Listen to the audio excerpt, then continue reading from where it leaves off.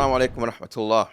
The Prophet Muhammad, peace and blessings be upon him, said that a woman is married for four things: her wealth, her lineage, her beauty, and her religion. Marry a woman for the religion, may you prosper. But what does that actually mean? How do you as a Muslim man take real responsibility in choosing the wife that's going to help you in completing your religion, and you as a man, and not make your life more complicated? Now, I've been married for over 20 years and I've helped numerous couples. And one thing that I've seen is that there are good brothers out there that have gotten involved in bad marriages, not because they were careless, but because they were ignorant of how to improve themselves and how to choose properly and wisely in a way that is compatible for them. We're told to look for the deen, but we're not taught how to assess for their character in ways that may show some red flags that could result in incompatibility. So what happens? Brothers rely on looks, vibes, from shallow conversations later to realize, I don't think this is what I signed up for. Now, it's not about being harsh or looking for flaws. Rather, it's about seeking the barakah from Allah, the blessings, by making the decision that's rooted in knowledge and wisdom and not just emotion. These 5 steps are rooted in the Quran and the Sunnah and lifelong learned experiences from myself and from people of wisdom that are much older than me. Let's get into it. Real quick, if you're serious about getting married and you want to enter into this chapter of life with guidance, structure, and real strategy, check the link in the description below. Now let's get into the 5 steps you need to take before choosing a righteous wife. The first one is to observe her deen in action and not just words. I mean, this coincides with the hadith that the Prophet ﷺ mentioned. And by the way, when he mentioned this hadith, he's speaking about what people usually did at that time. Those are the things that they would look at. But that which is constant and consistent and the most important is her deen. You know, what's interesting about the word deen is deen means something that is consistent. We translate it as a way of life. But that way of life, the way you live. And the way you live is something that you consistently do. So is she someone that consistently prays? Is she someone that consistently covers herself? Literally and physically and also figuratively. Does she cover herself in the way that she acts with people, how she responds to people, how she dresses, how she carries herself? This is what we're talking about deen. But primarily, initially, let's say the outward actions. So is she praying? Has she made hajj before? Does she have the intention to do so? Does she fast the month of Ramadan? Is she fasting voluntarily? You know, these are the things you want to look at and see. That consistency in actions of Islam. That's the most important thing, because those actions are what the children are going to see when you get married. If they're not there, it's going to compromise the integrity of how you want to raise your children. So it's not about asking, are you religious? I mean, you don't want to just ask, are you religious?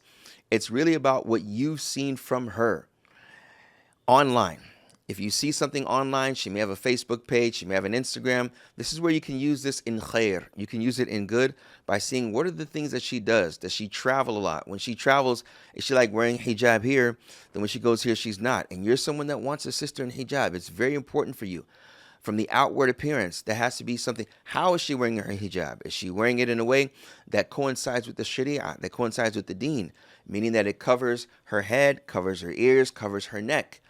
Is she doing that in a way that pleases you, that you say, okay, I would want my daughter to look at her mother dressed this way, right? So when you see online, how is she responding to comments? What is she saying? What is her reaction to certain things that she sees? If she sees something atrocious, why is she posting it? What is she saying about it? This is an expression of what she thinks and how she feels, an expression of her deen. This can be an expression of her deen. So when talking about her religion, it is important to see these things from you personally to where you can have sound or an element of sound judgment by what you've seen and what you've encountered, especially if you're in an environment to where you may see her every day or every other day. It's important to take that into account, and that's the primary thing that we should look at. Number 2, and I really mean this verb, investigate. Investigate, investigate. You have to be a detective. Investigate her reputation. Reputation is, what is she known for?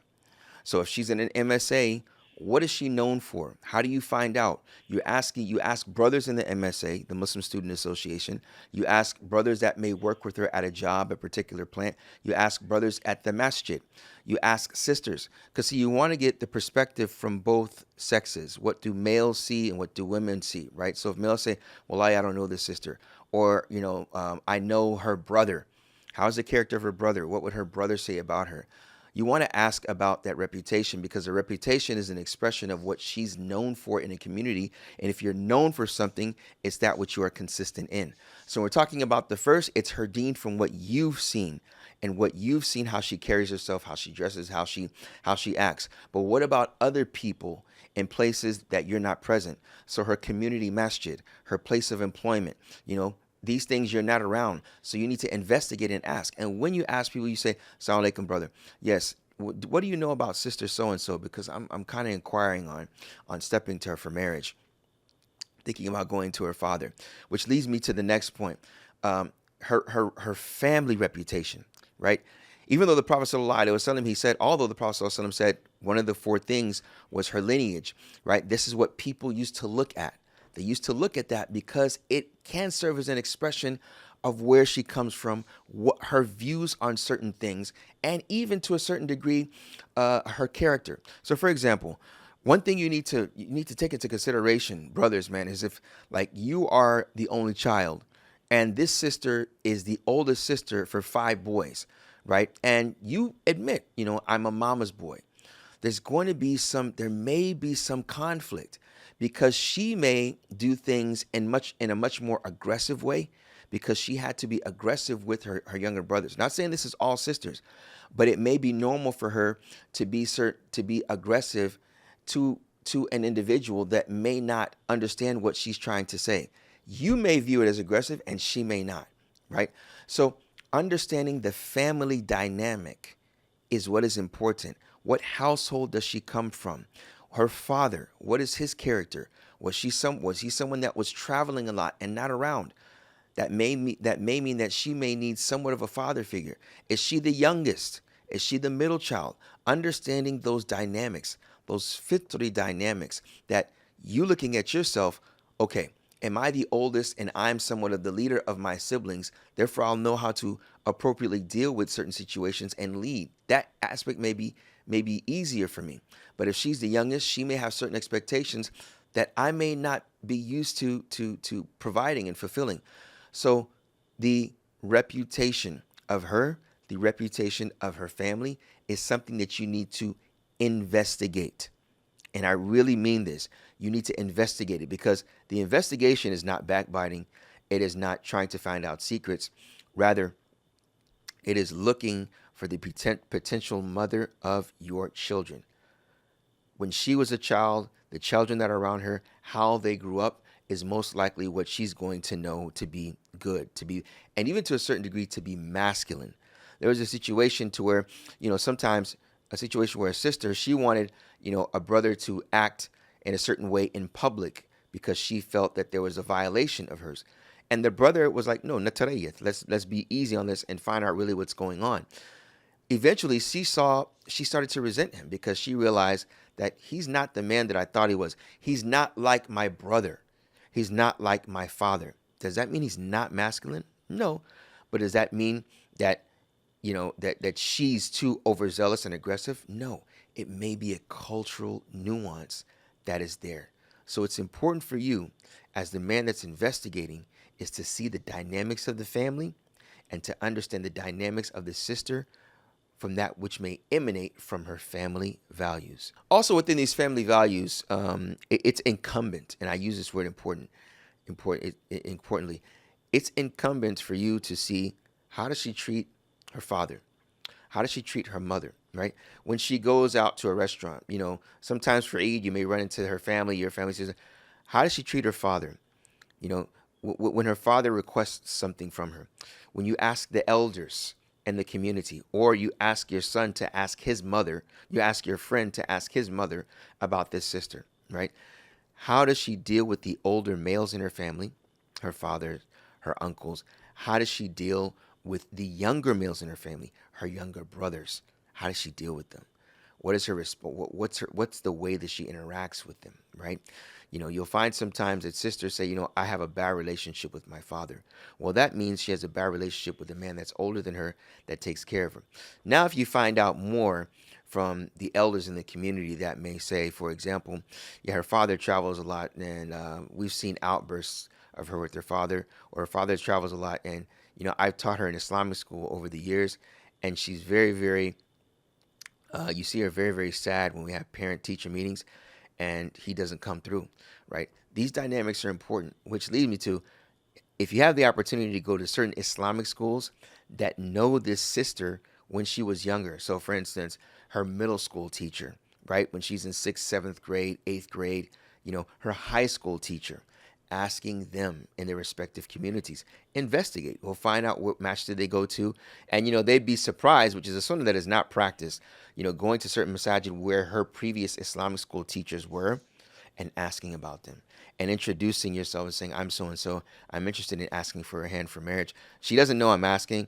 So I just like for you to, to be, if you could be truthful with me. And you have to remind them, Allah hasibu wa nahsibu kadhalik, that just say what you know, facts, not feelings, and Allah is their accounter. And this is, something that I'm doing very diligently. And, I respect if you could just give me an honest answer about her, inshallah ta'ala. So seeing how she interacts with the males in her family is very, very important. Number 3, involve your family and mentors early. Brothers, I can't stress this enough. Sometimes we'll see brothers that they'll say, my family's not religious. So they're going to look at it from a dunyawi perspective. Well, I get it. I get it. But allow them to see the sister that you are considering. Hearing their opinions gives you more of an opportunity to have an educated decision. An educated decision means, yeah, okay, my mother, she's not that religious, but she said this sister is really not for you. Why? Because she's too quiet and introverted. And I know that you like women that are a little more vocal. If you were to ask her, where do you want to go? She says where she wants to go. I've seen you with your sisters that one is like this and the other's like this, and you get along more with this one. That's why you have always argued with your older sister. You see, your mother will know these dynamics. Your auntie may know these dynamics. Your grandmother, a family friend that has seen you grow up since you were young. That female perspective and opinion is important, primarily family members, because they have your best interest at heart. SubhanAllah, sometimes it's like with the females, when you tell them I'm looking at a sister, their antennas go up. Because some of them are thinking, okay, they understand those dynamics, especially the elders of your family, the elder women of your family that are married, and maybe even those that went through divorce or their husbands have passed away. If you have all 3 of those mechanisms in demographics in your family, you should ask each and every single one of them. Because the one that has had a husband that passed away, she may have regrets of things that she did, or she may have seen the things that she did that worked in her marriage. The one that got a divorce, she may give you advice in looking for a righteous wife. She may see things that she did wrong in the divorce and doesn't admit it, and she may indirectly admit it to you. She may indirectly admit it to you by telling you to look for a particular kind of sister. She may say, there was one situation, a woman got in a divorce and she told the brother, make sure you look for a woman that does not have put her career first.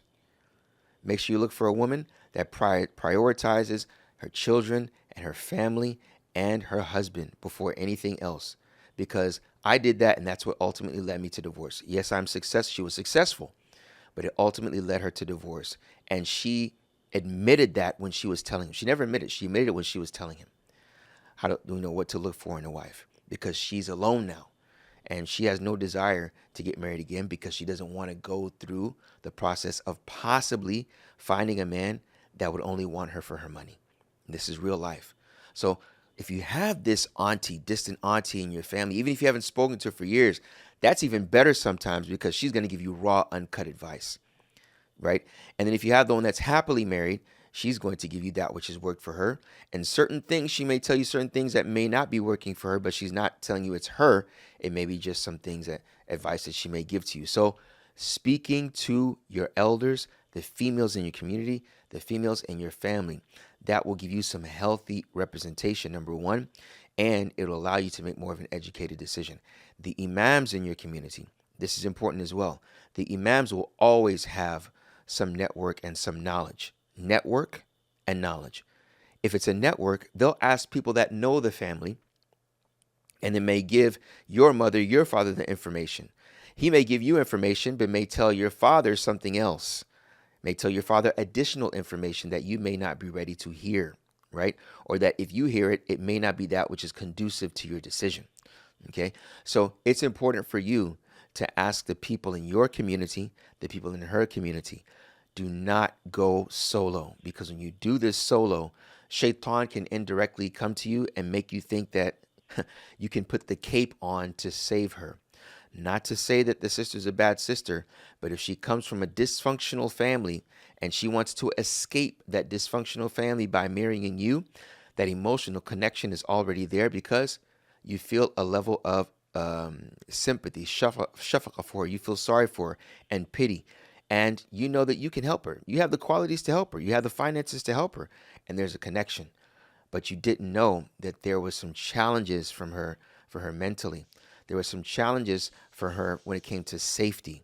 She may have been violated when she was younger, and it carries over. And she didn't want to tell you that because she sees you as a good man. But you know who could sniff that out?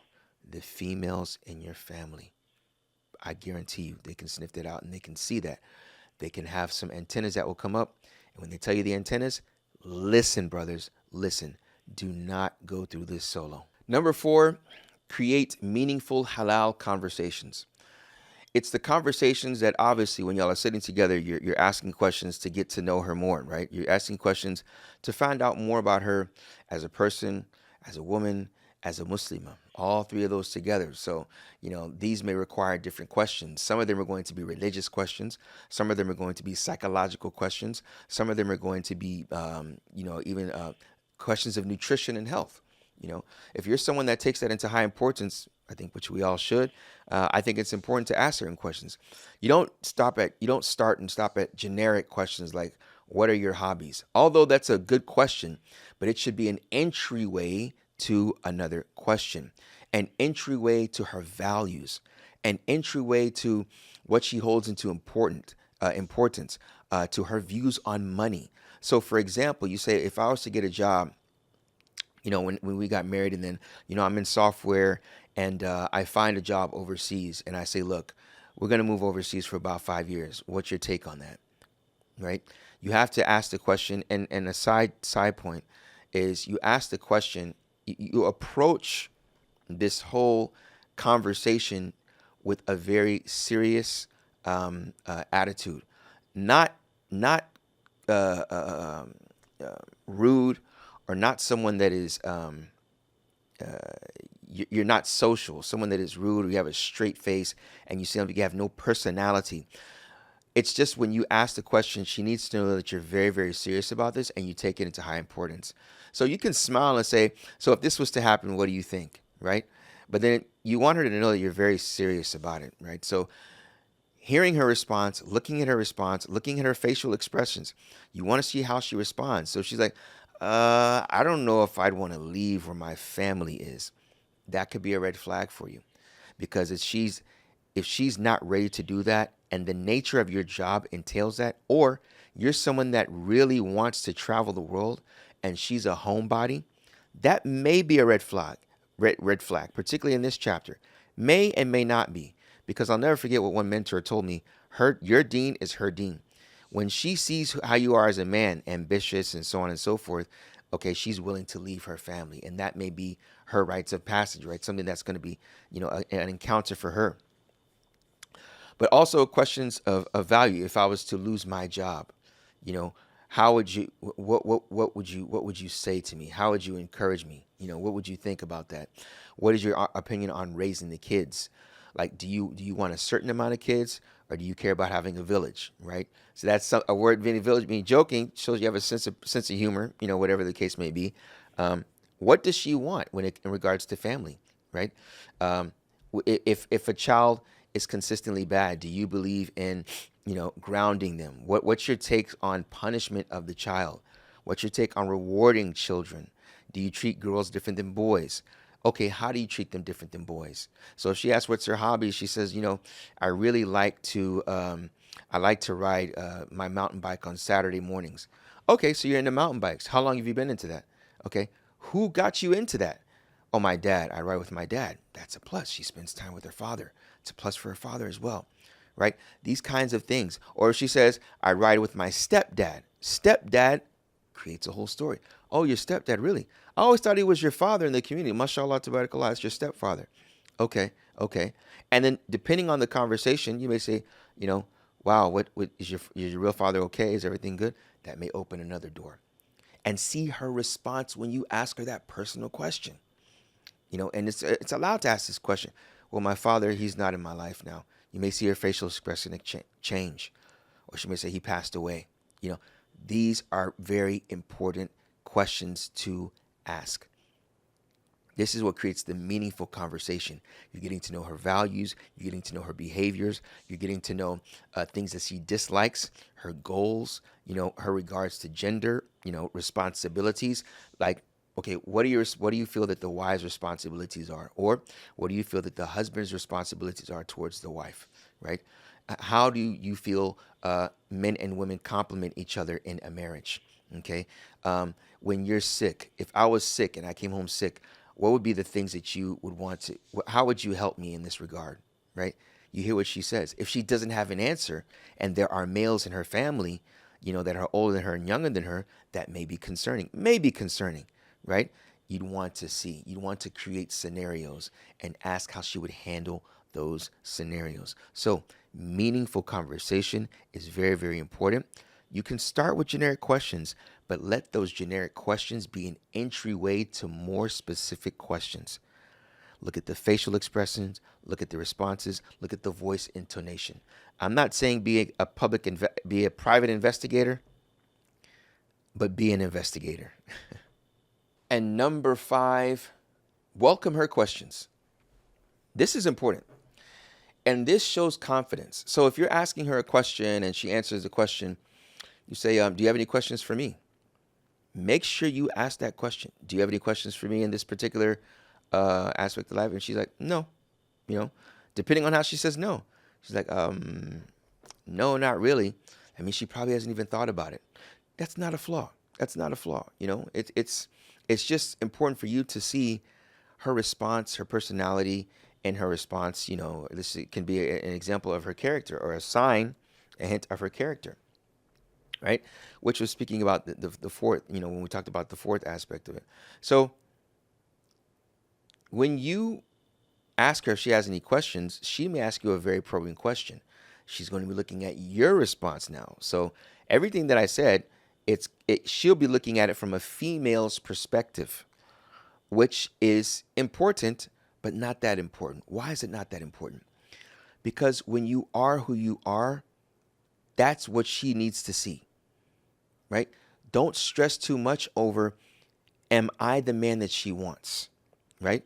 And this is what I constantly tell you, brothers, is yes, you're asking for her hand in marriage, but she's also asking for your husbandry, how you're going to be as a husband. That's what she's requesting as well. And she's interviewing you to see if you're worth it. At the same time, you're interviewing her to see if she's worth it. Worth what? Worth your life. Because when she's your wife, you're willing to die for her. When she's your wife, you're willing to sacrifice everything for her. You're willing to sacrifice your life primarily, your finances, and taking care of her and taking care of your future children, right? And when there's children, there's that lifelong connection and that you will have with her. Even if it's after divorce, there's going to be some type of connection if we're trying to do this with ihsan.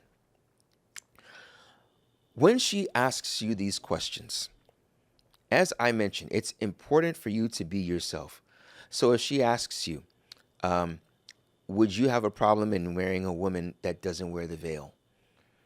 And you see that she may be wearing it halfway, or, she may not be wearing it. You didn't know until you got there, whatever the case may be. Or, she wears it, but when you see her, she's not wearing it, which is allowed, the yom another when you see her.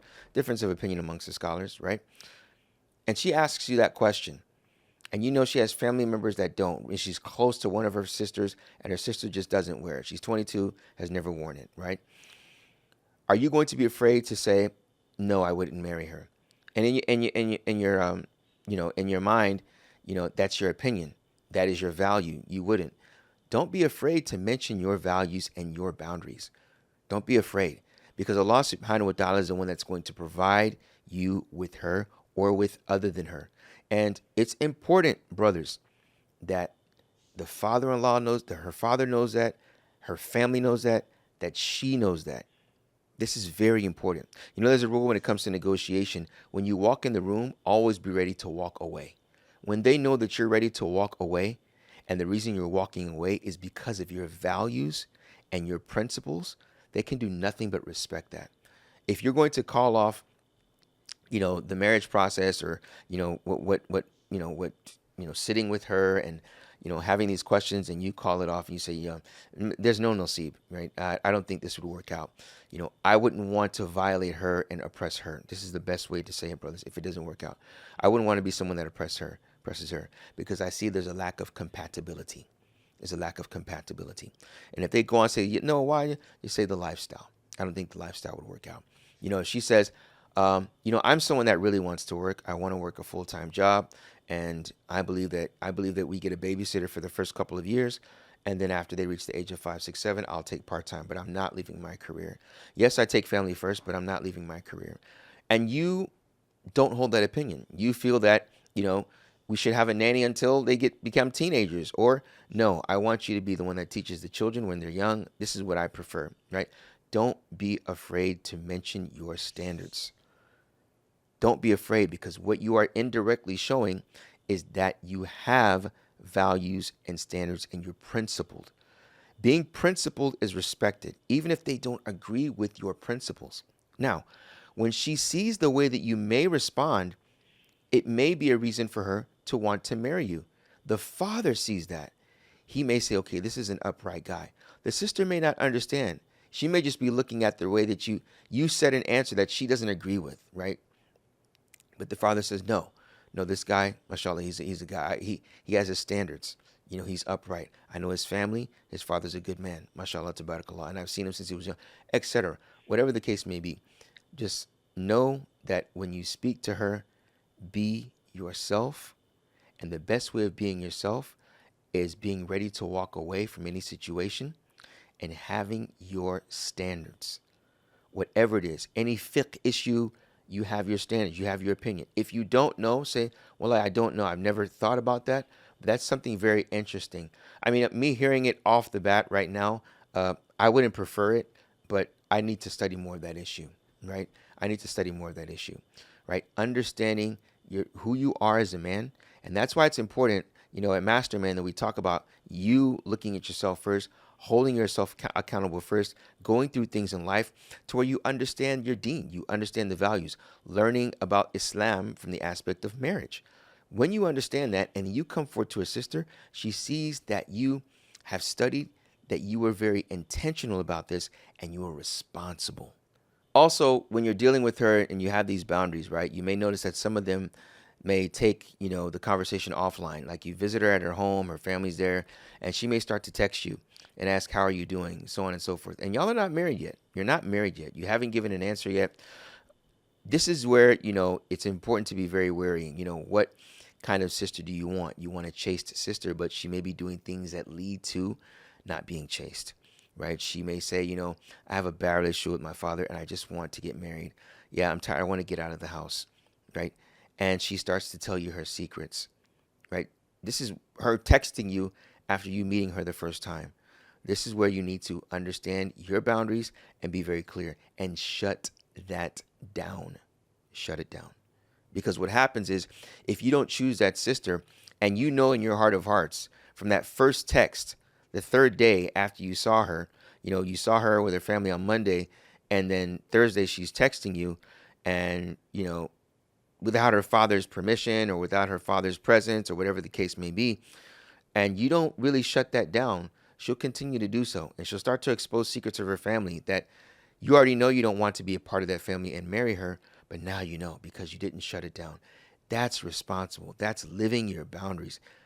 And that's respecting her and her family as well. So this is what is very important. When you see she may not be the right person because of her circumstances and her situation, which she's not trying to rectify. Rather, she's trying to get out of the house and just get married. SubhanAllah, it may not even be really about you. Yeah, you may be interesting and handsome, but she really doesn't care who you are as a person. She cares about getting out of the house. That could be a red flag. So know your boundaries, live by your boundaries, and don't be afraid to articulate your boundaries. So when it comes to these 5 things, brothers, this is what I highly advise. May Allah subhanahu wa ta'ala make it easy upon all of you before making that decision to choose a wife, that you consider these 5 principles. And don't get me wrong, you could do all of this and still she may change after the marriage. But guess what? That's the reality. People change, tests come, people shift. What's most important is that you understand the dua of the Prophet ﷺ when he said, Barakallahu lakuma wa baraka alaykuma wa jama'a bainakuma fil khair. That Allah subhanahu wa ta'ala, the Prophet ﷺ mentioned, may Allah place blessings within what you do with you two and upon you two and join you both in that which is good. And blessings is abundance. Blessings is that which is plentiful, whether it's quality or quantity. And that's what's most important. That's why deen was number 1, that you're trusting in Allah subhanahu wa ta'ala. You may progress and she may not. After 3-4 years of marriage, you see yourself change. Having that foundation of knowing when to come together for that is what is most important. What we're doing here is trying our best to minimize regret, taking the steps that one is allowed to take, being intentional and not emotional. May Allah subhanahu wa ta'ala bless you with a wife that strengthens you in your deen, brings you peace in your home, and is the coolness of your eyes every single time you see her. Ameen. Assalamu alaikum wa rahmatullahi wa barakatuh.